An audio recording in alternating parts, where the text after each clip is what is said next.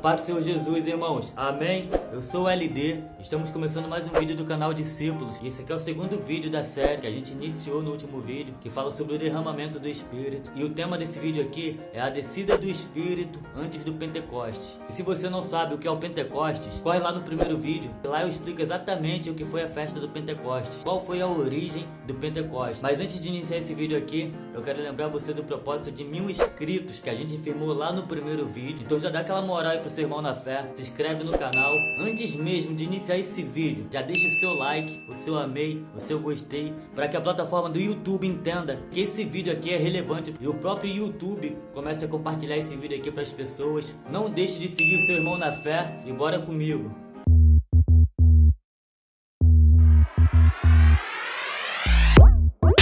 Então, irmãos, esse vídeo aqui não vai ter uma base bíblica, não vai ter uma base central para eu decorrer a mensagem. Esse é mais um vídeo autoexplicativo, onde eu vou estar lendo os versículos, encaixando as peças no quebra-cabeça, para que no final do vídeo a gente possa entender qual é a conclusão dessa mensagem. Valeu? O título dessa mensagem aqui é a descida do Espírito antes do Pentecostes. E eu vou estar apresentando alguns textos que mostram que o Espírito Santo, antes de ser derramado no Pentecostes, ele veio à Terra algumas vezes. Ele desceu na Terra por algumas vezes. Valeu? Então eu vou estar falando sobre isso nesse vídeo de hoje. E a primeira vez que o Espírito Santo desceu aqui na Terra, no Novo Testamento, antes do derramamento do Espírito, foi sobre a vida de Maria. E Lucas relata o seguinte: o anjo respondeu: o Espírito Santo virá sobre você, e o poder do Altíssimo a envolverá como uma sombra.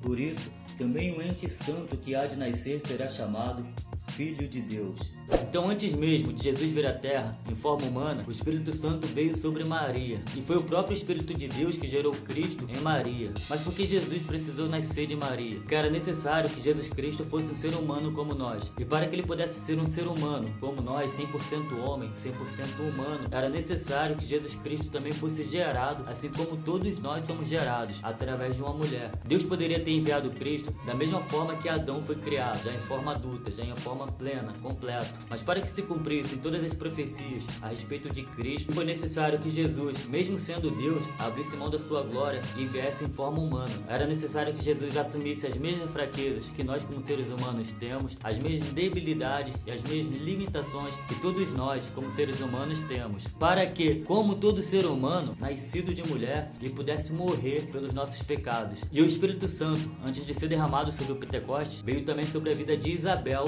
que era a mãe de João Batista. E Lucas, no capítulo 1, versículos 39 a 41, relata o seguinte: naqueles dias, Maria preparou-se e foi depressa para uma cidade da região montanhosa da Judéia, onde entrou na casa de Zacarias e saudou Isabel. Quando Isabel ouviu a saudação de Maria, o bebê agitou-se em seu ventre, e Isabel ficou cheia do Espírito Santo.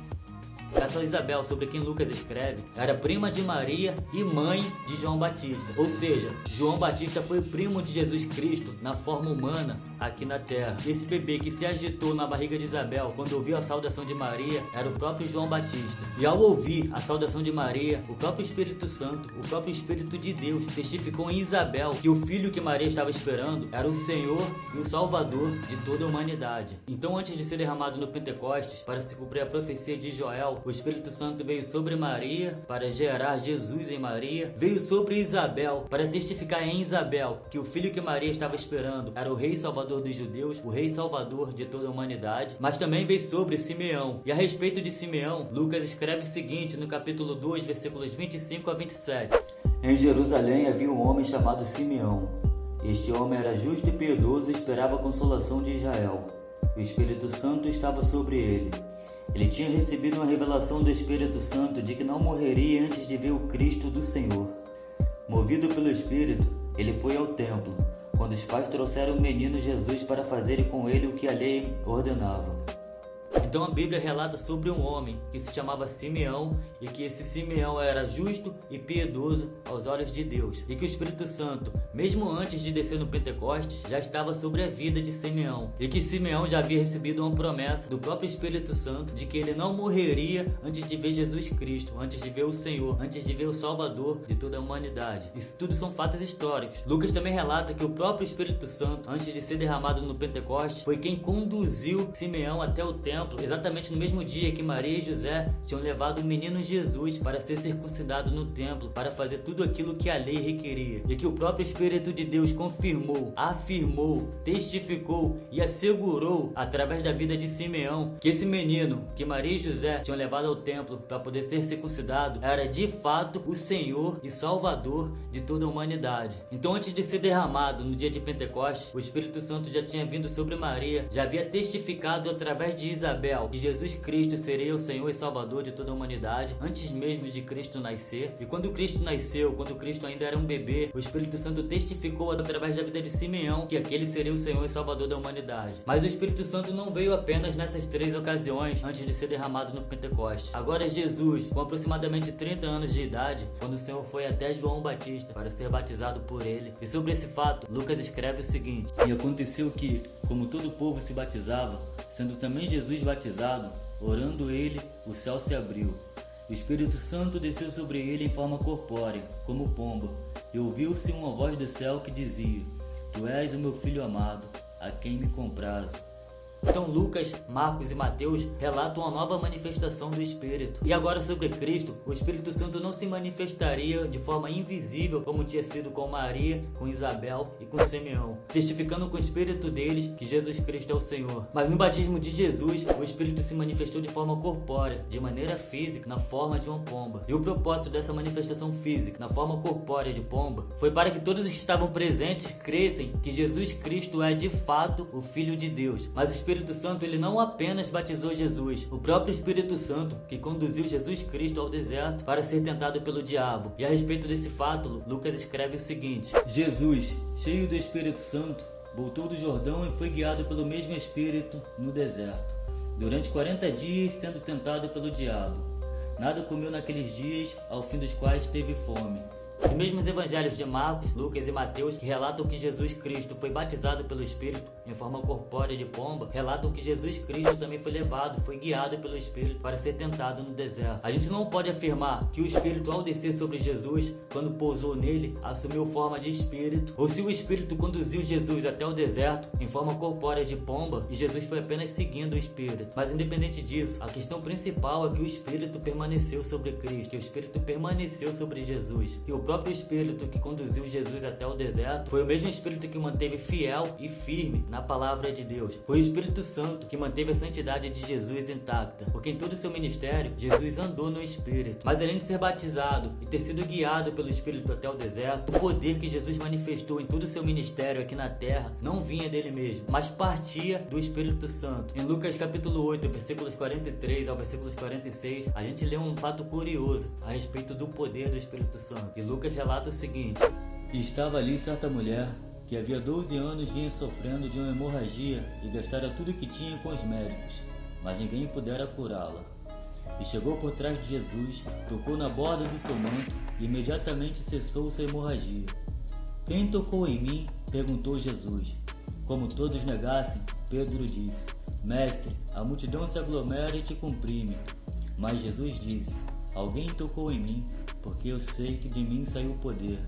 Esse relato bíblico que Lucas escreve é uma das passagens bíblicas mais conhecidas no meio cristão. Ele fala sobre o curioso fato de uma mulher que tinha um fluxo de sangue e que tinha uma hemorragia. Mas falando no português claro, era uma mulher que vivia menstruada. Não sei se ela menstruava todos os dias, não sei se ela menstruava todas as semanas. A questão é que se ela vivia com esse fluxo de sangue já há 12 anos, se ela estava nesse estado de menstruação por 12 anos, se ela vivia perdendo sangue, se ela vivia sangrando, a gente pode concluir que a saúde dela não era nada boa. E essa mulher, ela tinha ouvido falar sobre os grandes feitos de Jesus. Jesus curava os leprosos, os cegos, os paralíticos. Jesus libertava os endemoniados. Então Jesus fazia grandes obras. E essa mulher ouviu falar de todas essas grandes obras que Jesus estava fazendo no meio do povo. E ao ouvir falar desses grandes feitos de Jesus, movida por esperança, ela julgou que só de encostar na aba da roupa de Jesus, na aba do manto de Jesus, ela seria curada. E quando ela tocou no manto de Jesus, na roupa de Jesus, ela de fato foi curada. E ao ser curada, Jesus percebeu que dele tinha saído o poder, porque houve uma manifestação de cura sem que ele tivesse ordenado. Mas como saiu o poder de Cristo sem que ele pudesse ter ordenado? O poder que saiu de Cristo e curou a mulher do fluxo de sangue foi o poder do Espírito Santo. Porque Jesus, enquanto homem, enquanto ser humano como nós, ele não tinha poder por si próprio, ele não tinha poder nele mesmo, mas todo o poder que Jesus tinha enquanto ser humano, enquanto homem, partia do Espírito. Então, sendo assim, todas as manifestações de cura sobrenaturais que Jesus fez, não fez pelo seu próprio poder, mas o Senhor o fez pelo poder do Espírito Santo. Tanto que quando Jesus sobe aos céus, ele ordena que seus discípulos permaneçam em Jerusalém até que do alto eles fossem revestidos de poder. Isso sem contar que cura faz parte dos dons do Espírito. Mas Jesus não foi apenas batizado pelo Espírito em forma corpórea de pomba, nem foi apenas guiado pelo Espírito até o deserto, como também não apenas manifestou o poder do Espírito através do seu ministério. Em todos esses relatos, antes do Espírito ser derramado na festa do Pentecostes, o Espírito também ressuscitou Jesus dos mortos. E quem escreve a respeito desse fato é o apóstolo Paulo na carta aos Romanos, capítulo 8, versículos 11, que diz o seguinte: E se o Espírito daquele que ressuscitou Jesus dentre os mortos habita em vocês, aquele que ressuscitou a Cristo dentre os mortos também dará vida a seus corpos mortais, por meio do seu Espírito que habita em vocês. Então o Espírito Santo, antes de ser derramado no Pentecostes, ele havia gerado Jesus e Maria, ele havia batizado Jesus em forma corpórea de pomba, ele havia conduzido Jesus até o deserto para ser tentado pelo diabo, ele havia manifestado seu poder através de toda a vida e de todo o ministério de Cristo aqui na terra. E além de todos esses fatos, o Espírito Santo também ressuscitou Jesus dos mortos. Então, já que o Espírito gerou Jesus através de Maria e o mesmo Espírito ressuscitou Jesus dos mortos, isso significa que o Espírito Santo esteve sobre Jesus ao longo de toda a vida do Senhor aqui na terra. Mas por um momento, o Espírito Santo, ele precisou abandonar a Jesus Cristo, precisou abandonar o Senhor. E esse momento foi o momento da morte do Senhor na cruz. Quando Jesus morreu na cruz, o Espírito saiu dele, o Espírito precisou ser retirado dele. Mas sabe por que o Espírito Santo precisou ser retirado de Jesus no momento mais difícil da vida do Senhor aqui na terra, no momento de mais aflição, no momento de maior dor? O Espírito precisou abandoná-lo, precisou deixá-lo sozinho, porque Deus não compactua com o pecado. E embora Jesus tenha morrido como santo, sem cometer pecado nenhum, Jesus em momento nenhum, em toda a sua vida aqui na terra, cometeu qualquer tipo de pecado, seja o menor pecado que for, o Senhor não cometeu. Quando estava diante da cruz, o Senhor tomou os nossos pecados, os meus pecados, os seus pecados, os pecados de toda a humanidade sobre si. Os nossos pecados, os pecados que nós cometemos ao longo da nossa vida, os pecados que nós cometemos depois de ter conhecido o Senhor, os pecados que nós cometemos antes de conhecer o Senhor, todos os nossos pecados o Senhor tomou sobre si. Jesus levou sobre ele todos os nossos pecados. E assim como está escrito que nós já nascemos em pecado, que em iniquidade nós somos formados, assim também como está escrito que Deus se afasta de nós por causa dos nossos pecados, assim também como está escrito que por causa dos nossos pecados nós fomos destituídos da glória de Deus, nós já nascemos afastados de Deus por causa dos nossos pecados.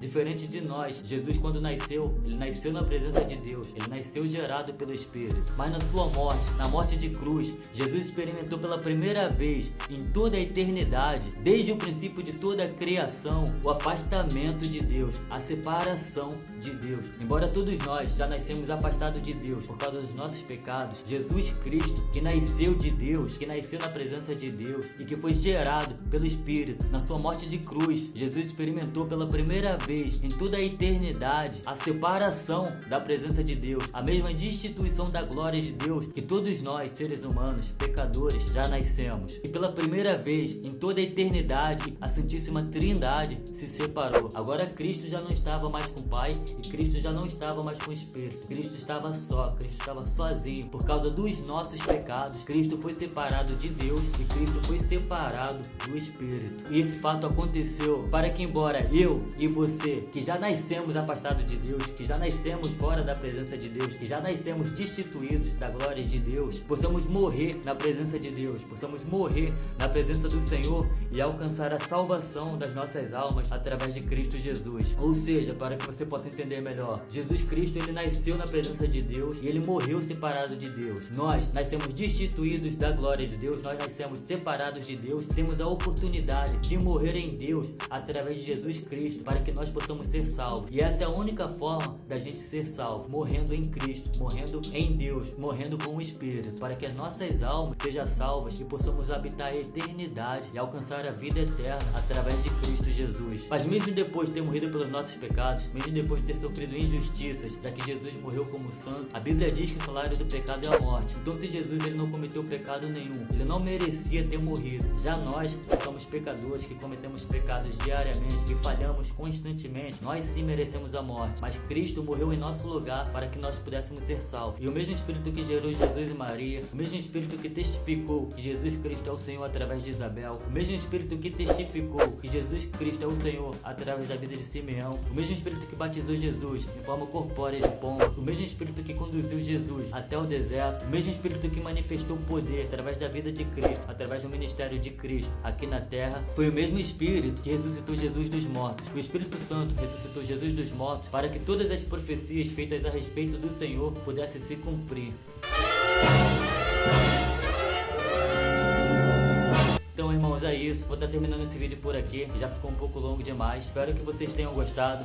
Se você ainda não assistiu o primeiro vídeo dessa série, que fala sobre o derramamento do Espírito, corre lá e assiste o primeiro vídeo que fala sobre a origem do Pentecoste. Se você gostou desse vídeo aqui, não esquece de deixar seu like, não esquece de deixar o seu gostei, o seu amei, não esquece de deixar o seu joinha, se inscreve no canal para poder dar uma força pro seu irmão na fé. Não se esqueça de me seguir nas redes sociais e é nóis, tamo junto. Até o próximo vídeo.